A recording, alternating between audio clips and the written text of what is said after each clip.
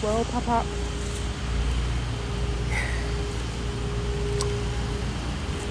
we love you. And you were suffering, so I'm glad you don't have to suffer anymore. But you tried. You held on as long as you could. We love you, love you, love you.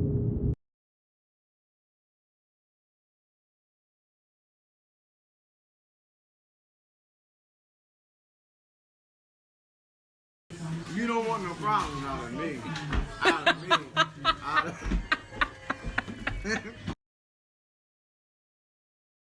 One of the most annoying things I've heard throughout this process of grief is to stay strong and that everything will be okay.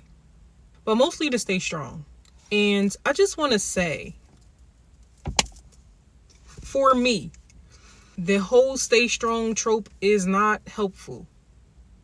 It's not helpful to a black woman. It's really not helpful. It may be helpful to somebody, but for me, it is only a reinforcement of the lack of space and access black women have to rest and to fall apart, quite frankly.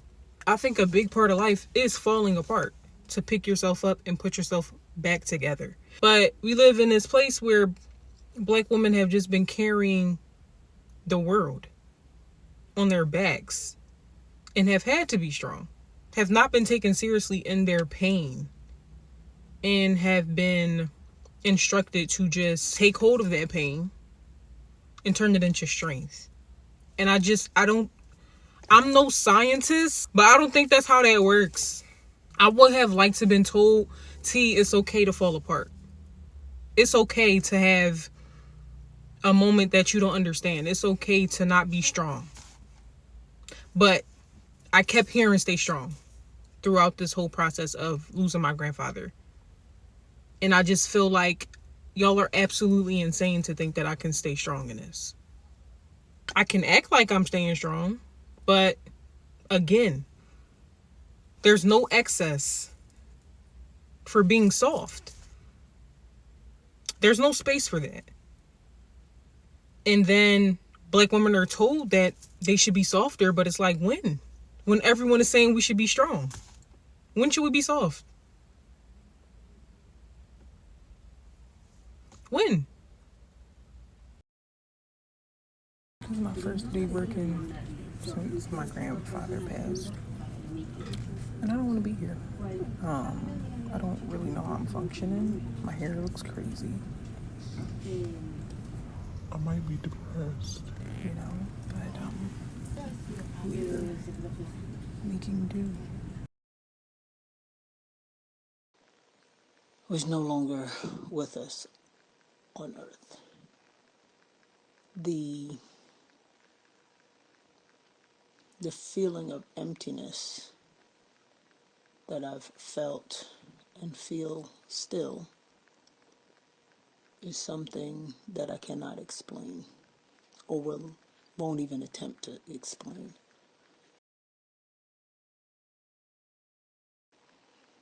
I often talk to her and I'm like, I can't even believe you're not here.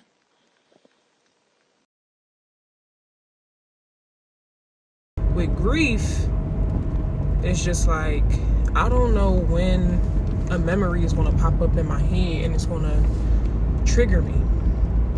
It could be a song, it could be food, it could be... Anyway, you just are reminded that nothing is in your control. And sometimes even the way you feel when you think you're okay, things can happen. I think you just horny, bro. That's all, bro. Now, to this sexual desirability part that I'm going into, I don't know how to get into this part, honestly, because this is a shock for me. For some reason, and parents, if you my parent watching, skip to the next section, okay? Sorry. But I was not expecting for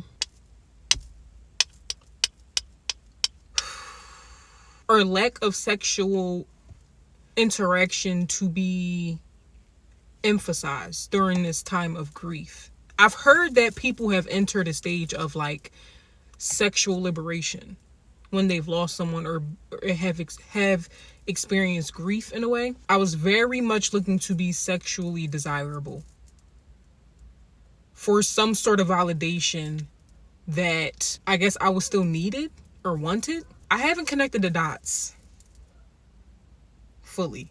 It took me going through a situation where I lost someone who I considered a friend, and I was reminded that I need to watch myself.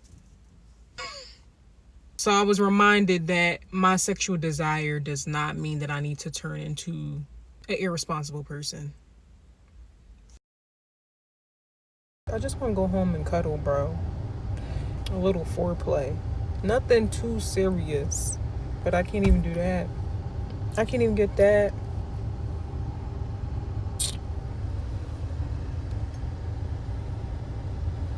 I can't even get that. I'm not asking for a ring or a title or a commitment. I'm asking for a cuddle. You know, like, that's not really much.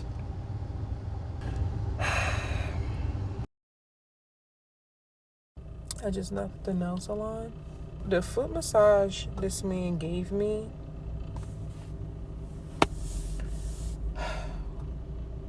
I felt like he was making love to my feet. And he was looking into my eyes while he was giving me the massage. And I was like, am I supposed to feel some type of way? Because I do. The way he was rubbing my feet. I made a video the other day about how grief has made me want to feel sexually desirable. What I'm understanding now is that I just am craving physical intimacy.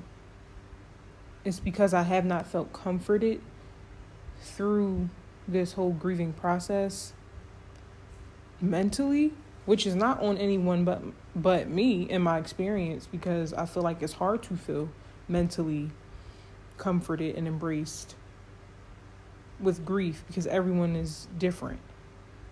So it's that lack in that area is making it more of a want physically. And I was talking to my person who I thought was a friend. He was just like, I just think you. I was just like, maybe if that's the term you want to use, fine. But it doesn't feel like it feels like a craving for intimacy physically. Because I want to be comforted physically. I want to be held physically. It don't even have much to do with sex. If we unpack it, it's more of I'm trying to feel comfort in a physical way because I'm not feeling it mentally.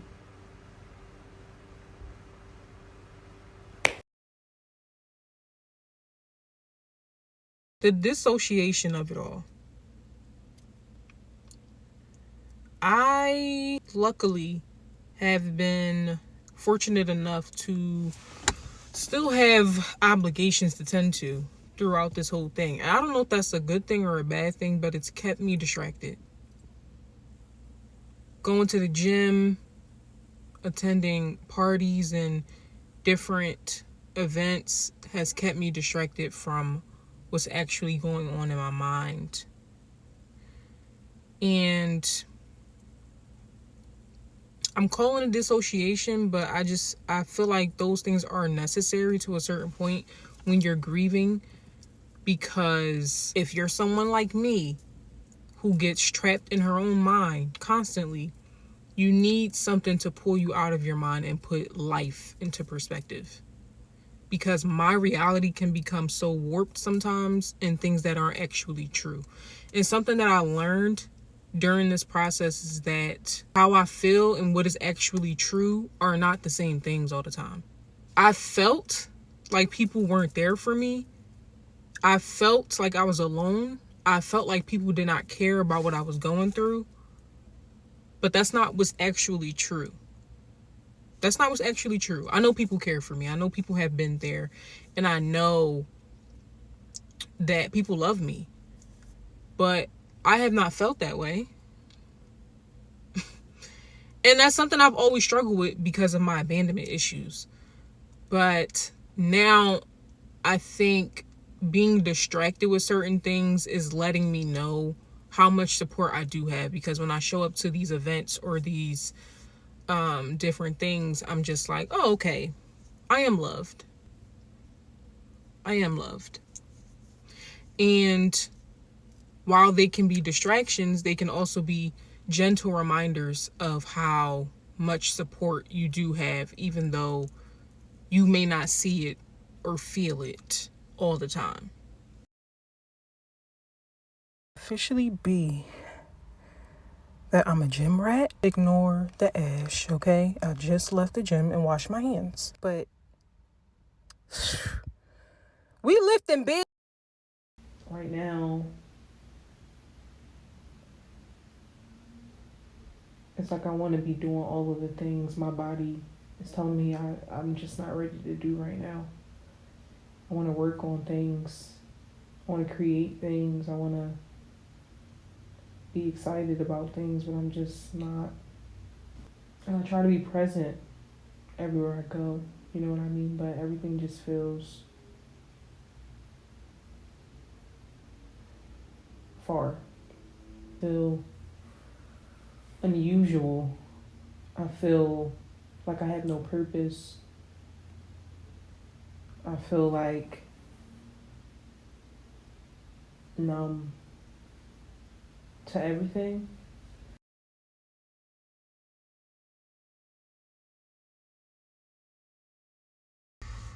This may be the hardest section for me. Besides processing, the isolation. The isolation has been good and bad for me. Living far from everyone is definitely hard. It has its challenges. I've been open about that on different platforms, and that's just something that's always been a reality. However, when my grandfather first passed away, I didn't want to be around anyone. I didn't want to be around anyone. I did not know what was happening. Like, I wasn't processing anything. I was in denial about my grandfather being sick, my grandfather passing, and I just didn't want to be around people because it made the reality more real. I was trying to stay in denial for a long time. In that case, isolation helped. Also, when stuff happens, like people dying in the family, people start acting weird. People start acting slow. I don't know what be going on, but people start acting like they lost their damn minds.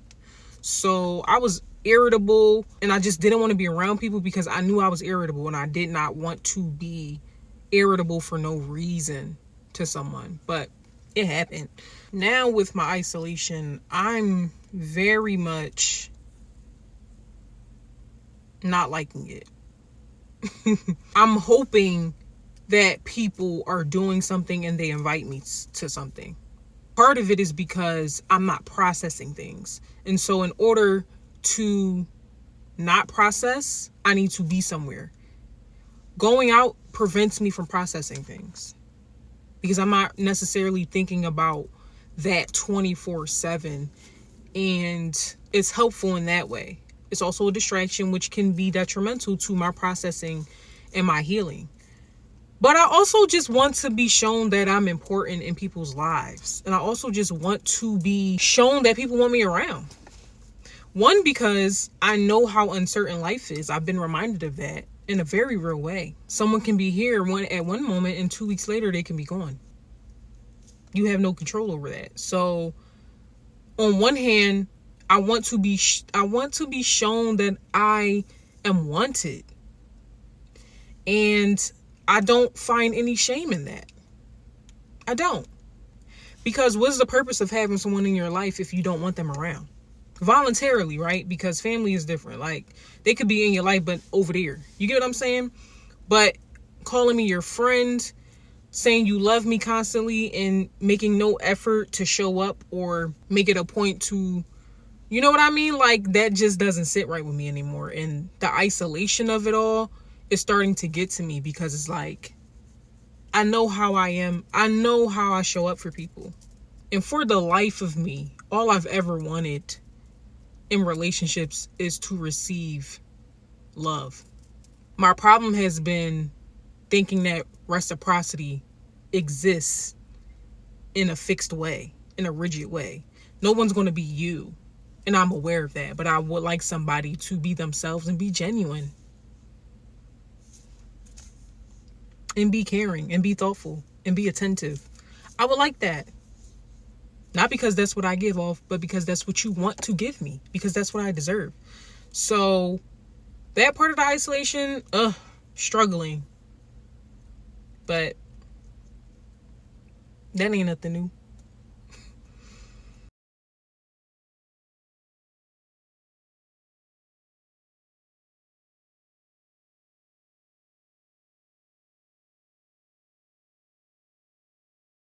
So I just had a mini breakdown. And I tried to cry off camera. But I wanted to talk about it while it was fresh. I'm just really tired.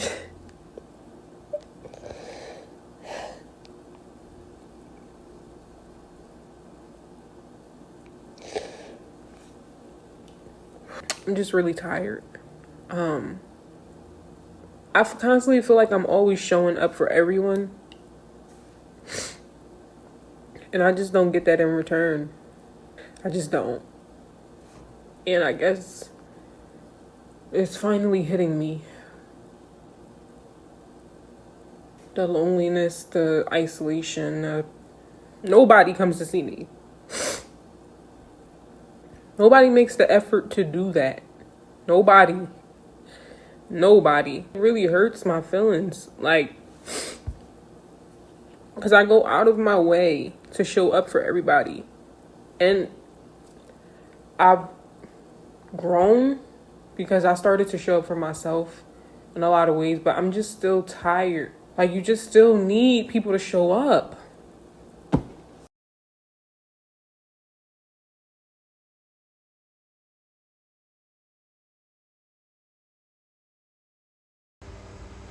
I've honestly never cried this much in my life. And I'm just tired.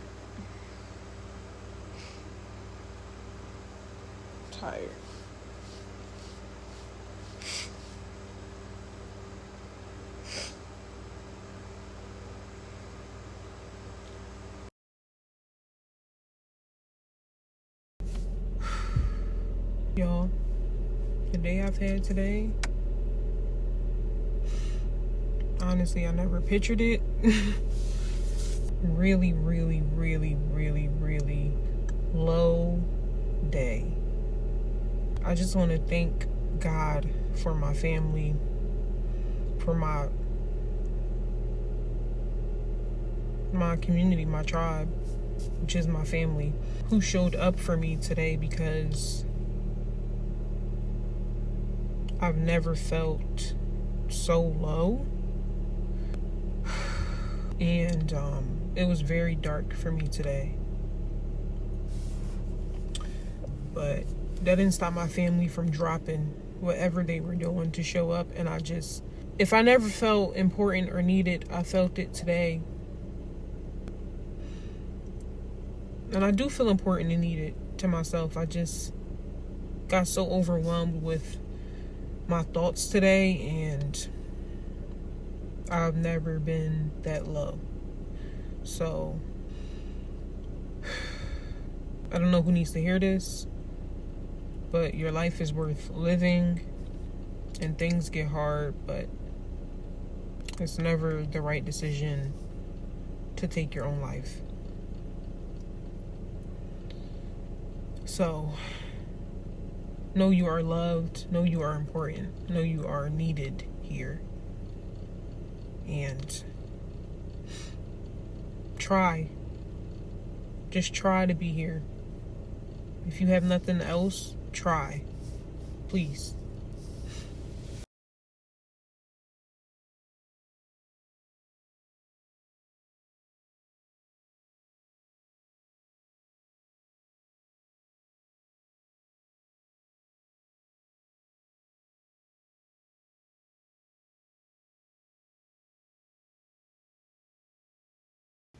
when it comes to my purpose in relation to my grandfather's life and dealing with the grief of that, I guess my purpose is just to live. Because my grandfather doesn't have the opportunity to do that anymore in physical form. So I guess my purpose is just to live for now.